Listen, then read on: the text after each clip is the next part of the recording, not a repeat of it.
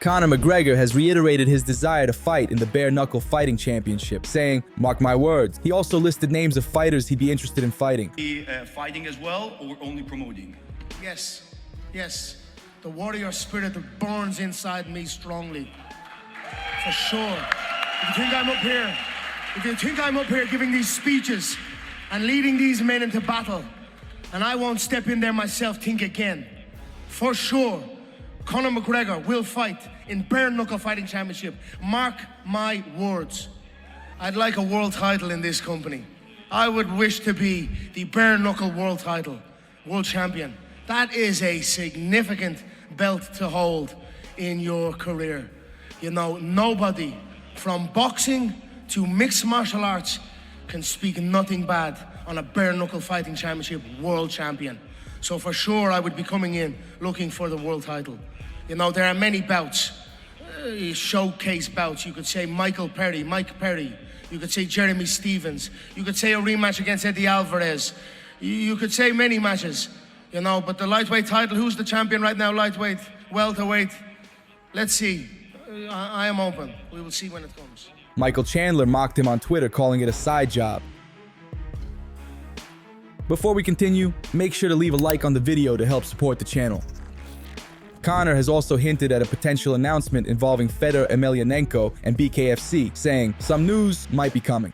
Fedor Emelianenko? Of course. Stay tuned. We might have something, announcement with Fedor Emelianenko. Hey, Fedor, we're waiting. Some news might be coming with Fedor Emelianenko. Bare Knuckle Fighting Championship is signing and acquiring the best fighters of all time, past, present, and future. And everyone wants to be a part of this. Lastly, Conor McGregor has launched an appeal against the High Court judgment where he was found liable for assault in a civil case involving Nikita Hand. The original verdict required McGregor to pay nearly 250,000 euros in damages and cover legal fees. McGregor previously expressed his intent to appeal by saying, "Two men falsely accused, one vindicated, the other soon to be." Colby Covington has been making his rounds, and while streaming live, took more shots at Ian Garry, saying that he watches his wife and nutritionist. Clavin, you are completely right. Ian Garry knows a lot about nutritionists. He watches his nutritionist from the corner. That's why we call him Conor McGregor. He's in the corner. His nutritionist is on the bed with his wife. Colby even attempted an awkward embrace with Kamaru Usman backstage at UFC Vegas 102, saying it was good to see him as Usman continued on his way. What is it? What's up, buddy? How you doing, man? Good to see you. It's a live stream. It's a live stream. Yeah. How you doing? Doing good? Yeah. All right, for sure. Did you get that?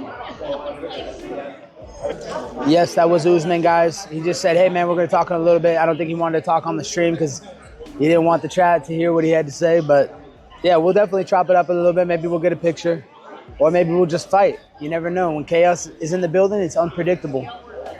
He gave me a knuckle. You know, I wasn't gonna shake his hand. More about the knuckles. You know, that's a sign of respect. So, no hard feelings. You know, I said my truth. We duked it out. Maybe we'll duke it out again. Whatever the fans want. We're gonna give the fans what the fans want. Later, Covington tried to search for Jon Jones under a boxing ring at the UFC PI.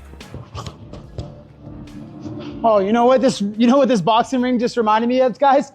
We should probably look under it to see if Jon Jones is there, just like when he hid there from USADA. Guys, let's go look if Jon Jones is there. Johnny boy! Johnny, are you here? Are you here, John?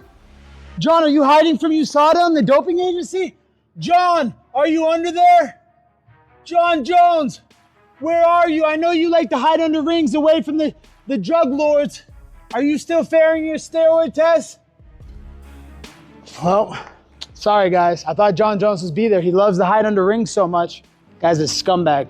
With all the antics aside, who do you want to see Colby Covington fight next? Alexander Volkanovski has suggested he might be gearing up for a new UFC fight, saying, "We've been in camp for a while. Details about the opponent or date haven't been disclosed yet." Hopefully fight announcement soon. But yeah, we in camp. Been in camp for a while. We've been doing like a pre-camp camp. So now, yeah, we're pretty much in camp. Good bodies here for us already. Or even at Bangtao, you always got good bodies there. But I've got Craig Jones here that's come with us. Joe's with us. Obviously Frank, Brad's here. So we've got a heap of good guys to work with over here. I think Aljo's over here as well, so maybe we'll get some training in. But yeah, so it's going to be a good trip. You know, it's only going to be a short sort of stay, only not even 2 weeks, but we'll try and make the most of it. Belal Muhammad promised to break mentally Shavkat Rakhmonov. Although their upcoming fight has yet to be announced, Belal is expecting to fight Shavkat for his first title defense. I mean, for me, it's when you're fighting a guy like Shavkat, where they put him on this pedestal to be like this, undefeated, crazy guy. I see holes in his game. And the same way I saw holes in Leon's game, I think Leon's a better striker than Shavkat. But mentally, I think Shavkat's a lot stronger. Like, I don't see him breaking mentally. The biggest thing for him is now you're fighting a guy that's not afraid of you. Everybody he fights, they come in there with nerves and they're afraid. Oh, they put him on. Oh, he's crazy. He's a robot. He's this and that. And a lot of guys will just fold just because out of that fear. So for me, I'm going to be in his face the whole time. And it's going to be the same result of like another guy breaking. And a lot of guys like him, it's like when you never felt that, where a guy's not afraid of you or a guy's still with you this whole time for 5 rounds and he's pushing a different pace that you've never seen before. And I'm supposed to be the undefeated guy.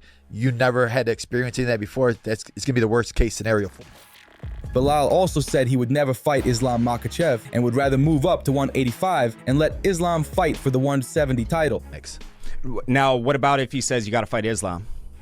I would never fight Islam because that's different for me and him. It's I know like, it. I know it is, right? We've trained together, Right. and when you're sweating with somebody and you're bleeding with somebody and you train with somebody like that, it's just a different relationship. Like, it wouldn't be about money for me or for him. I don't assume.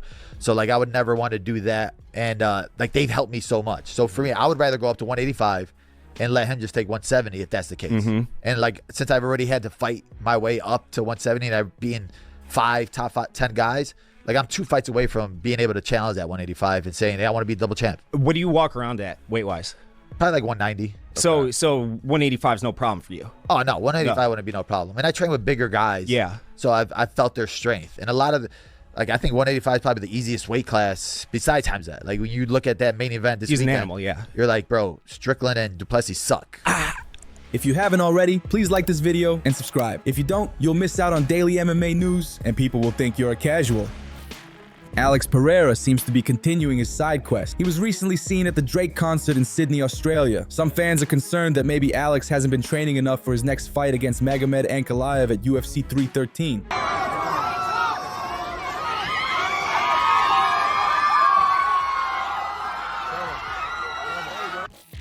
According to Daniel Cormier, Sean Strickland's loss at UFC 312 might lead to changes at Extreme Couture. Cormier pointed out that adjustments are common after defeats and said they might have to make some different decisions moving forward. Strickland's performance could prompt the team to reevaluate strategies for future fight.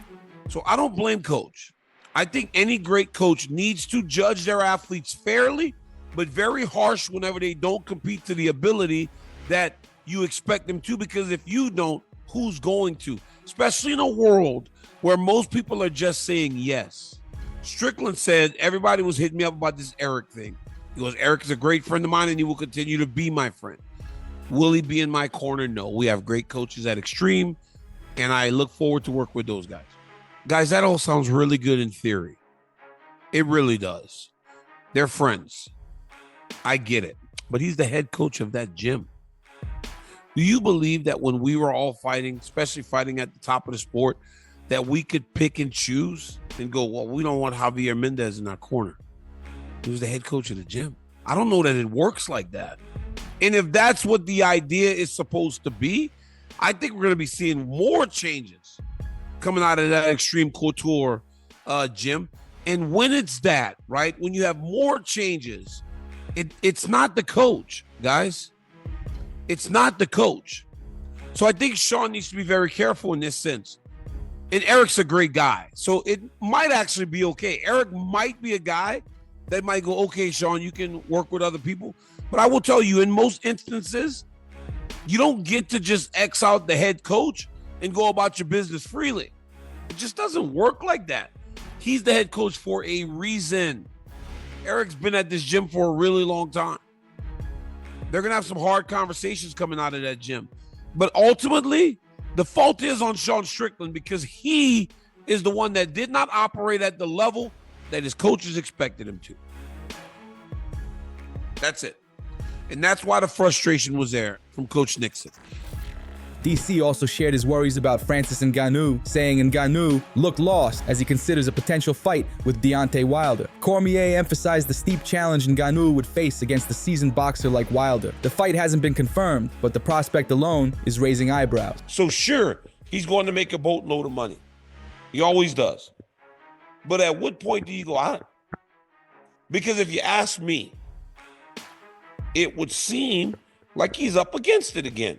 And maybe he's just the biggest, baddest man on the planet like we all believe, and he doesn't care that he's up against it, and he wants to go and prove everyone wrong like he did the first time when he fought Tyson Fury, and he fought him to a very close fight.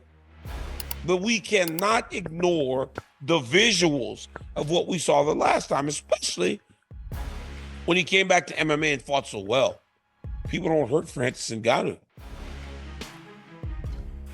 But when it happened in the fight, he looked lost.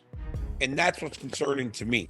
Because I know there will be moments in that fight with Deontay Wilder, the way that he punches, where he's going to need to find safety. How do you simulate that? How do you prepare? So, guys, hats off to Francis. He has found an ability to make money hand over fist. And I mean millions and millions and millions. And he's going to collect millions of dollars again. That's all for today. Make sure you like, comment, and subscribe for more MMA content. And if you missed yesterday's news, click the video on the screen to get caught up.